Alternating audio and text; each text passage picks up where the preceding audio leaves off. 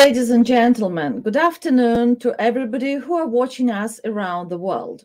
Today is the day 14 of Russian invasion into Ukraine. Ukraine is still holding strong, and yet another sleepless night passed for many occupants of Kiev, Mariupol, Kharkiv, Odessa, and many other cities that feel that they are next. Their bomb shelling, their attacks, and Russia is still continue their aggression. However, people are trying to get through safety. They are trying to escape, some staying and fighting, some protecting their elderly, their children, and taking them to safe places. Today, our guest is Ivan Bobrov, who is from Irpin, which is now totally occupied by Russian forces. Hello, Ivan and Ivan, sorry. And It is lovely to see you in our studio. I'm glad you're safe. Could you please tell us a little bit more about the situation in your town? Hello, Vera. Thank you for the introduction. Yeah, the situation has been quite complicated because nobody could have ever imagined that Irpin would become such a hot spot. I'm a resident of Irpin. I've lived in Irpin for 5 months, before it started. And I would say this has been one of the calmest places I've ever lived in, And the very first day, February 24th, was quite shocking because I remember waking up at about 5 a.m., hearing a lot of noise and sounds of cars heading due west. It was a huge line of cars, lots of traffic jams around the city, which was completely unnatural, for my neighborhood because it's a super calm area. I live on the 18th floor, so it's usually, you can't hear anything there, So I thought something's wrong. So I grabbed my phone, I went on Instagram, and I immediately watched a video by Vladimir Zelensky basically saying that Russia invaded Ukraine. So I didn't know what to do. My first idea was to go for a run and just, to continue my usual morning ritual, my morning routine, which I did. As I went out, I saw lots of people, lots of people on the street, which is not usual again for this time, for this time and just for this day. People were buying groceries, people were just fleeing. Yeah, basically fleeing. My heart rate went up and I still didn't know what to do next. What am I going to do on this day? So I decided to stay. I decided to continue, follow my plan. My students started messaging me. I'm an English coach. I help Ukrainian entrepreneurs master English, and to use it in their business, in their life. They started messaging me saying, Ivan, are we going to have a lesson? Are we going to have a session? Is it still on? And I said, guys, unfortunately, it's not. So let's cancel it. And what I had to write to my own clients, to my own students is, I remember it was, I'm forced to cancel it until further notice, because I just didn't know what to promise to them. So, and I stayed, and later on at the same day, I started hearing noises, of military planes flying over my apartment building, because I live on the last floor, on the 18th floor. And later on in the afternoon, I heard, some sounds of bombing or shots or fire. And I found out that it was Istanbul airport fight, because I live only 9 kilometers away from Istanbul airport. So that's what happened on day 1. So when did you decide that it's time to leave the town? I didn't decide it right away.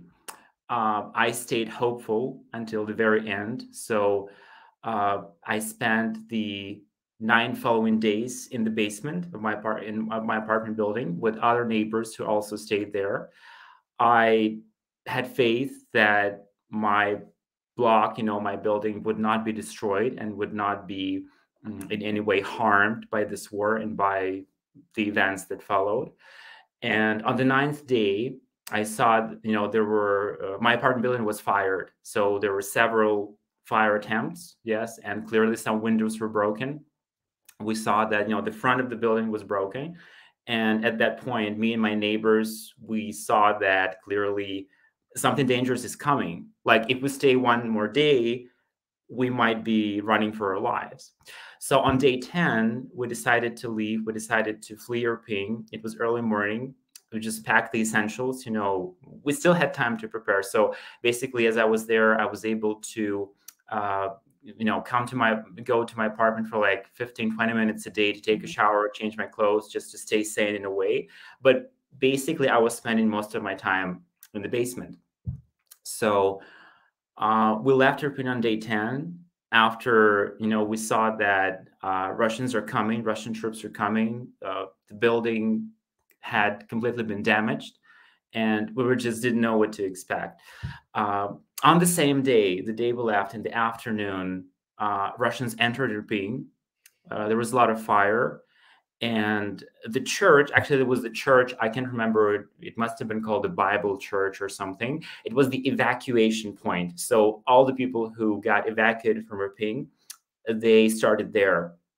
So we did the same. It was about 8 a.m. These were about 20 people, 4 cars, and we just evacuated from there. They were giving us instructions and paper and which villages to follow, which route to follow to actually do it. Later on the same day, we found out that this church was bombed. So I don't know, we got lucky, really. This was something terrible to learn. This was really terrible news because there were volunteers. It was a shelter for people basically staying there. It was a place where people were provided with food and beverages and all the information. And it was bombed on the same day. So Sounds the events, terrible.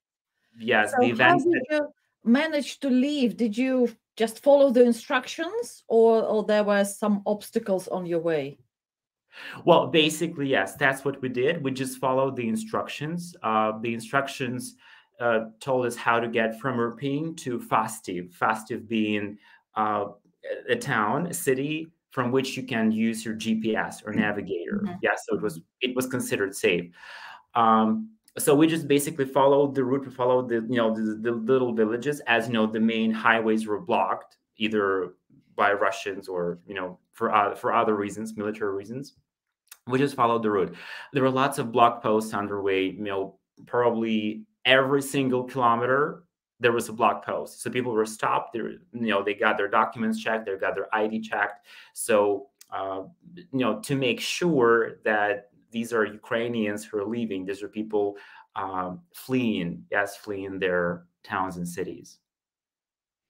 And where did you find safety? I understand that further away from Kiev and Kharkiv you are, the safer you are. Which town is considered to be safe now?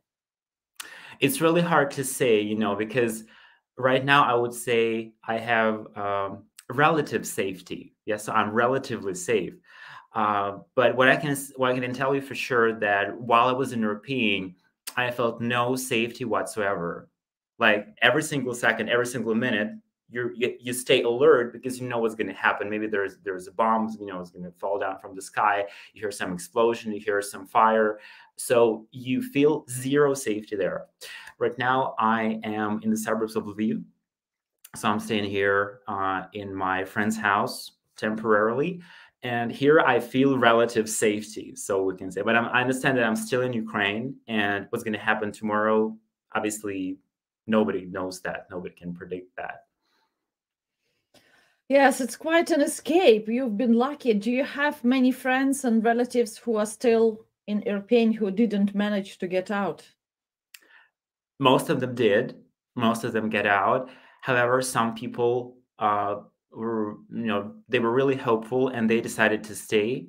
Maybe like if we talk about my residential complex, my residential area, it must be about 10 or 15 people who are still there. And right now they're being evacuated, by the authorities. Now it's harder to do it at this point because Russian troops occupied the town. However, it's possible. And I would say that on days 9 and 10 maybe have been the most active evacuation days from my neighborhood, because people clearly saw that the buildings started being destroyed. There were bombing, there was fire, and people saw that it's just dangerous to stay. The situation is not getting better. Well, we have heard many threats from Russians and the people who are getting from Russian forces taken as war prisoners by Ukrainian side. We know from those videos that the orders that were given to Russian soldiers are simply shoot the civilians, kill the civilians. And did you feel it when they have? I mean, I know you already were out before Russians were coming, but what people are saying now, is it now that kind of situation when whoever left in European knows that he can be shot at any time? What are the news? You know, I stay in touch with my neighbors, with other apartment owners of my complex. Yeah, so we still message each other on Saturday. So what people are saying is that after I left, Russian troops entered, and they started shooting civilians for no reason. Even people who were staying, in the basements, some people were really courageous to come out and to try to kind of negotiate their evacuation and to be able to flee. But that's what happened. They did that. I know that Russian troops even spent a night, maybe some nights, in my residential complex. So basically, where I live, they robbed some supermarkets, which were nearby, just right next to my apartment building. And that's what happened, and that's terrible because you really see no reason for them to do that, and other than just to provoke fear and to increase terror, yes, in your opinion, just in the whole country. So that's what followed. That was really hard to watch. And as we were just fleeing, as we were getting evacuated, we were reading the news, reading the chats and everything, and people were sharing really unpleasant and completely terrifying news with us. I understand that a United Nations court is completely ruled out the claims of Russian war because they were telling that they have started this war because of genocide in Ukraine, and it's a false accusations. And the Convention of Genocide is not created for false accusations in genocide, because Russia right now is using this convention as a tool to enter the Ukraine. However, just want to ask you, as a person who lived in Ukraine, who lives in Ukraine, what was the relationship between Ukrainians and Ukrainian-speaking people and Russian-speaking people? Did you ever have any pressure on you because of differences in languages? Well, I think I'm going to share my personal story here. I was born in a 100% Russian-speaking family. Yeah, so Russian is my primary language. Later on, I learned Ukrainian through school, kindergarten, and university. So this way, it became my second language. I've never actually been criticized for speaking Russian, for using Russian in any area or context of my life. So I felt free to do that. I considered myself bilingual up until the age of 17. After that, I started learning other languages like English, French, Spanish. So then I became a polyglot, and I never had a problem with that.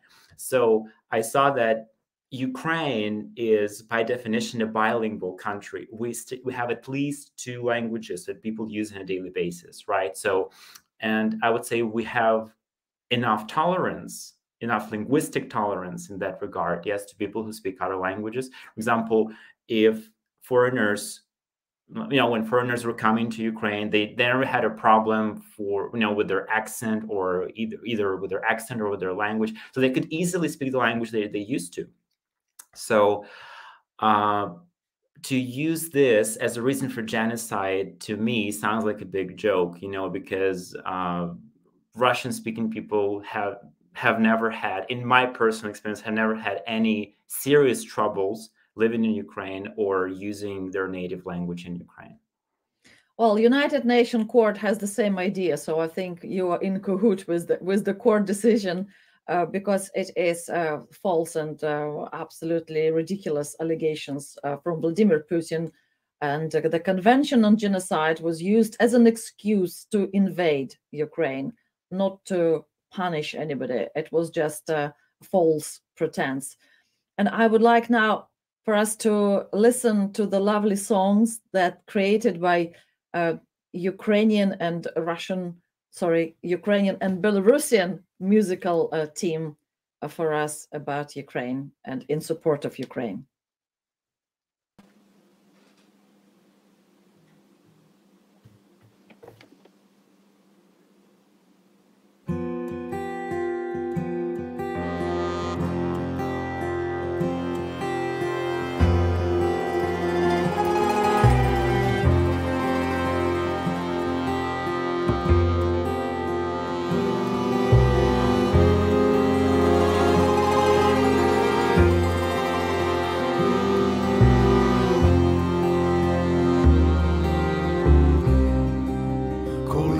Настане день,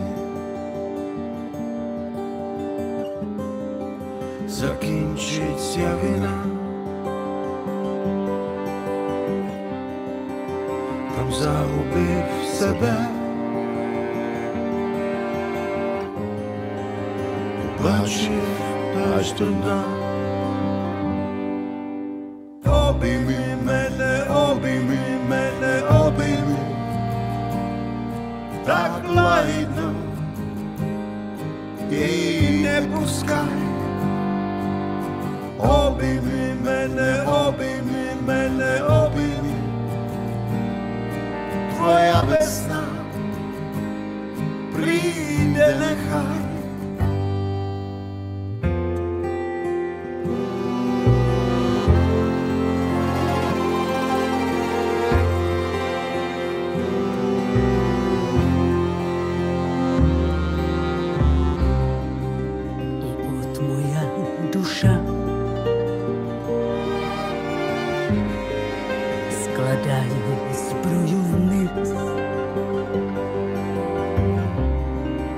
Невже таки вона так хоче теплих сліз?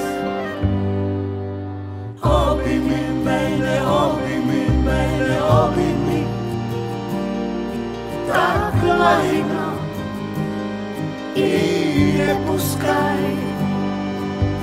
Обійми мене, обійми мене, обійми, твоя весна прийде нехай.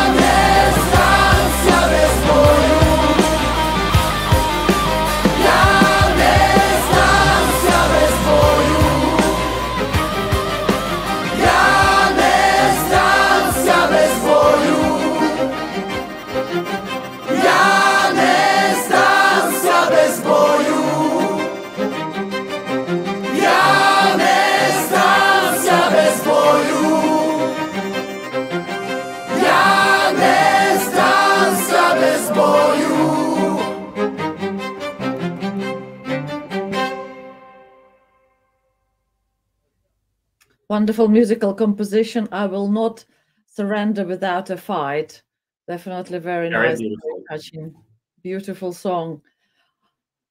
Ivan, I understand that what you feel right now is probably impossible for us to understand. You know, we can't really connect because now I do remember what my grandmother told me about the Second World War, and I can sort of relate that to what people are feeling now, people who are escaping, because I know the evacuation is now undergoing and people trying to escape, and there are another 12 hours of ceasefire rule, which undoubtedly will be broken by Russians, as they usually do, because they besiege the city in the medieval way of cutting supplies, cutting water. I know people, children dying from lack of water, lack of food, lack of everything, and it's very uncivilized manner.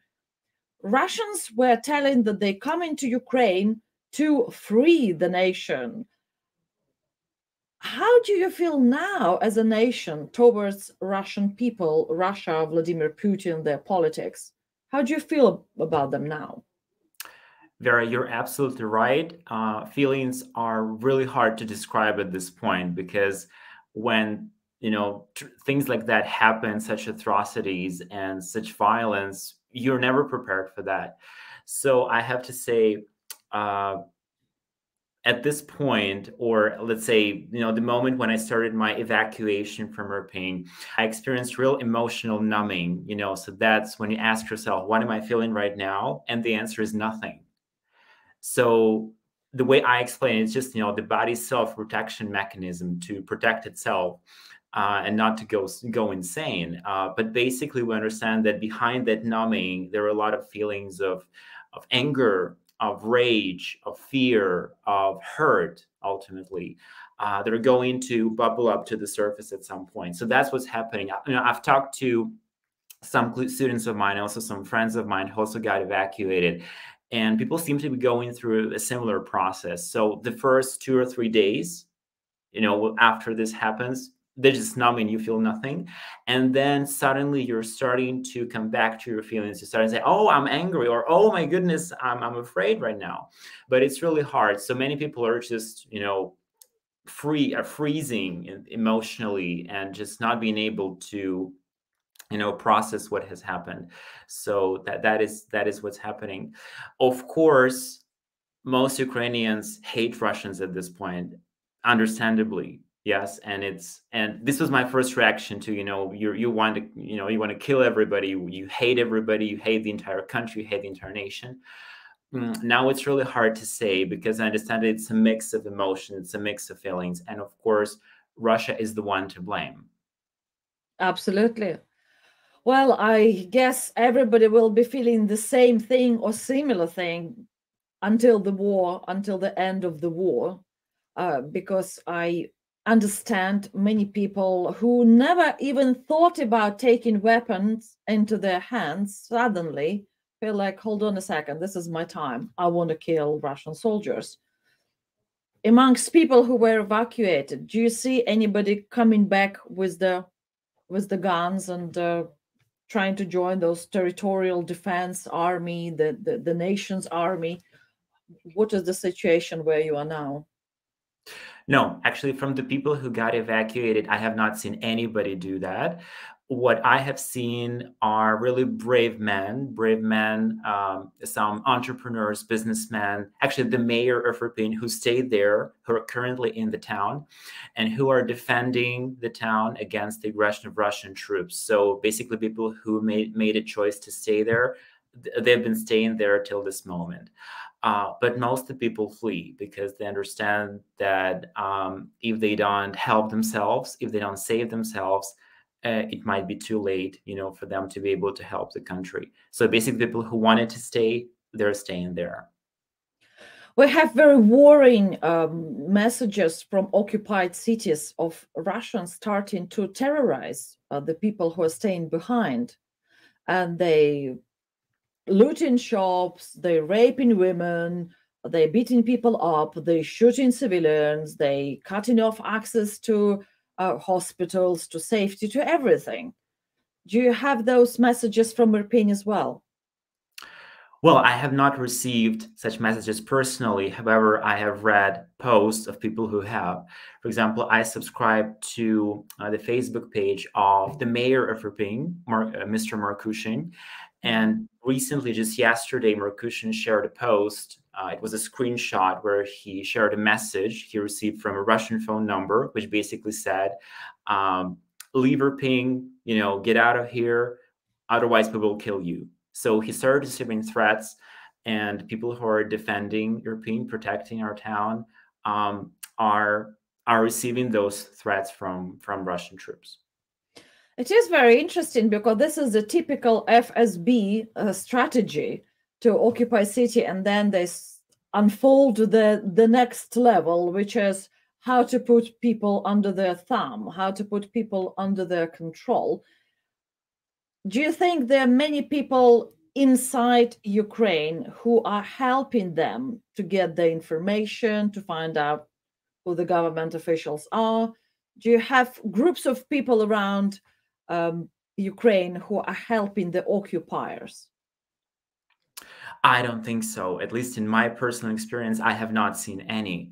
What I felt from the very first day of war is that Ukrainians seem to get even more united by this war. So there's a sense of community. There's a sense of communication. Shall we put it this way? So not really. There was a lot of effort made to defend Ukraine, to actually do something against this oppression, against this aggression.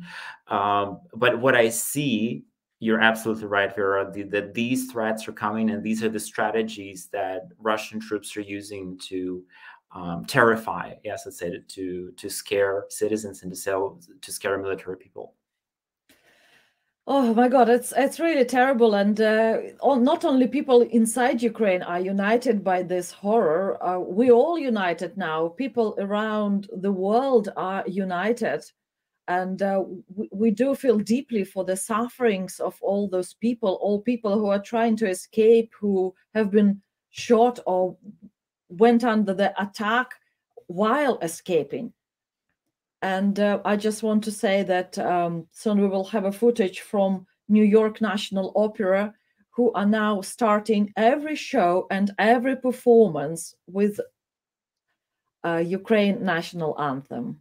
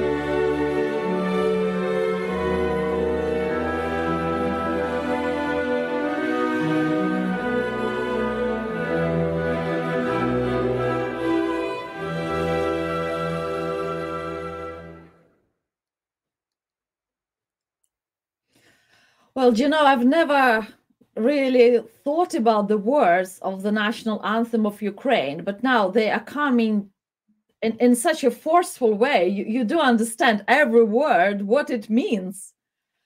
And the National Opera in New York, they put on every program, they put on the words of the Ukrainian anthem so people can sing it with them, which I think was a fantastic way of showing their solidarity with Ukrainian nation.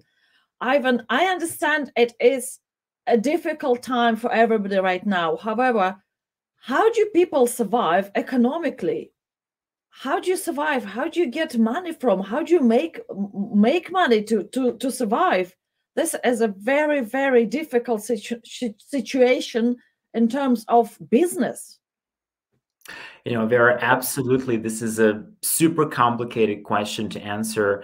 What I can say from my perspective that on February 24, my business freezed because I couldn't work. I couldn't continue, my lessons or work with my students. I couldn't promise anything to my clients, who already paid, who already made prepayments. So this is still a question to be answered. I would say, so what I see, people are using the money they had accumulated before the war. They're using their savings, or maybe they're using the cash they currently have. If they don't, people often borrow from their friends or from their relatives. So we're just finding a way to get by. We're not talking about any business projects at this point or any new financial instruments that would help people survive, but we are talking about getting by, about survival. What I'm going to say, for example, I do have clients, I do have Ukrainians who live abroad and who say, Ivan, we want to continue learning English. Let's do it. As soon as you're ready, we're ready. So I just started messaging my clients saying, okay, I'm ready to continue our courses, our individual tutoring. So that's what I'm hoping to, kind of get back on track very soon. But mostly there's still lots of questions. My clients are mostly entrepreneurs. So for people owning businesses, it's still an important question as well, because if it's an offline business, especially in a location that's been bombed, that's been attacked, it's hard to do anything, so you're basically all your business has been broken. So what I see is that there will be a big demand for financial coaches, maybe business coaches, people helping entrepreneurs and basically everybody who's self-employed to create new ways of making money, new ways of surviving. So that's the thing that's going to be important in the weeks to come. Well, this is really something we never expected. And I know many people were talking about possibilities of the invasion, and many analysts were talking about it in some sort of future, and maybe not the distant future. But nobody kind of realized that could happen tomorrow, or and now everybody's saying, well, we were talking about it, but it still came very, very unexpected. I understand that many people now have to leave all the material possessions they had, their houses, their cars, their tables, plates, pictures, everything is left behind. How do you feel about that? Do you feel sorry for that, or you are happy to get out alive? Well, both. I'm going to say both, because when you're trying to save your life, when you're running for your life, you're starting to care less about possessions, about your belongings. What I'm going to say is that I escaped European with 4 bags, so I had to pick up everything, all the essentials, the things that you cannot easily buy in a new place, into 4 bags.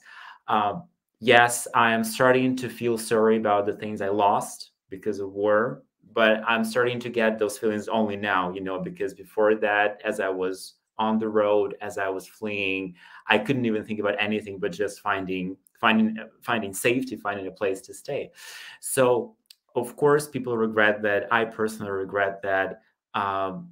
Many people already have hope that they will, make it all back. They will compensate for that. They'll be able to, let's say, set up even a better life in the future. But those feelings of regret are still there. a lot of my neighbors, for example, are not sure about what has happened to their apartments. For example, I know that my apartment has been on fire, and that windows are broken in my apartment, but I have no idea what's inside. So will my apartment building be there? Will it not? It's still not clear. So same goes for lots of residents of Irpin, because we understand that there have been a lot of bombing and airstrikes as well, which basically followed, which happened on the following day after I left. So it's still hard to accept that so many people have lost everything they've ever had. And right now we are facing the future that is blank, that is unpredictable, that is not planned or scheduled in any way. And we have to find a way to keep on living. I think that's the biggest request that I hear from my friends and from my clients personally. Yeah, just to find the strength, to go on and continue. I understand that from the examples of Aleppo, of what the Russian forces did in Syria, what they did in Grozny, and everywhere wherever they are appearing, they seem to use the same technology or technique. They start bombing the city till it's flat. They don't worry about anything. They just reduce it to ground zero. Maybe that's why that's letter Z is for, because they want to reduce everything to zero. My goodness, yes, and yeah. I think it makes sense, because just a few days ago, as I was reading my European chats, with people living in European, people were saying that this is what they're going to do. They're going to reduce our residential complex, basically our apartment buildings, to ground zero. So it's quite possible, However, well, I only hoping that the bravery of Ukrainian soldiers and also Ukrainian air defense and Ukrainian army will stop them at some point, because I don't think who can stop them if not Ukraine, because Ukraine is now on the front, on the first front of the attackers, and they're going to beat them up with as much force as they have. But what is the general notion in the society? Do you believe in Ukrainian army, that they can stand strong and really resist that pressure? Well, I'm going to say I do. Vera, just before our live, I read some statistics. It basically said that 76% of Ukrainians believe that Ukrainian army will win and it will dominate. I understand that our forces are not even, because Russia obviously must have more potential, must have more, soldiers or more possibilities for war. And they certainly seem to be more prepared, because they are the attackers. Yes, they are the invaders. What I do believe in is that Ukraine, being a democratic state, has lots of partnerships with European countries, with Western countries as well, who are able to provide support, and who are able to provide also military support to fight back. So I believe we can make it. I believe we have everything we need. We're strong psychologically. We're a strong nation, and it's just a matter of time as to when the war will be over. Thank you. Well, in 1941, nobody knew that war will be over. People were preparing that for all eventualities. However, war eventually was over, and I'm hoping that we will see Nuremberg process too, now for Russians, for their war crimes, and this process is started already, and it does give us hope that everything will be coming back to normal, and that Russian authorities will be punished, will be put on trial, and we will never repeat anything like that again. So that's my hope. And I would like to finish our meeting, and thank you very much, Ivan. And I would like to finish our meeting with the beautiful composition that was prepared by pupils from the King's College in Worcester. And they recorded this video of themselves singing a Ukrainian folk song and shared it with school in Ukraine. And one school in Kiev replied, "This means a lot to us." So thank you very much for you, Ivan, for your strength. And thank you very much for everybody who are supporting Ukraine, supporting Ukrainian fighting effort, and help Ukraine economically, and help with your donations. And thank you very much. And thank you for everybody who are supporting Ukraine with cultural efforts and sending them their love, their songs, and their goodwill. Thank you very much. It's been my pleasure. Thank you very much, Vera. Thank you. Good evening.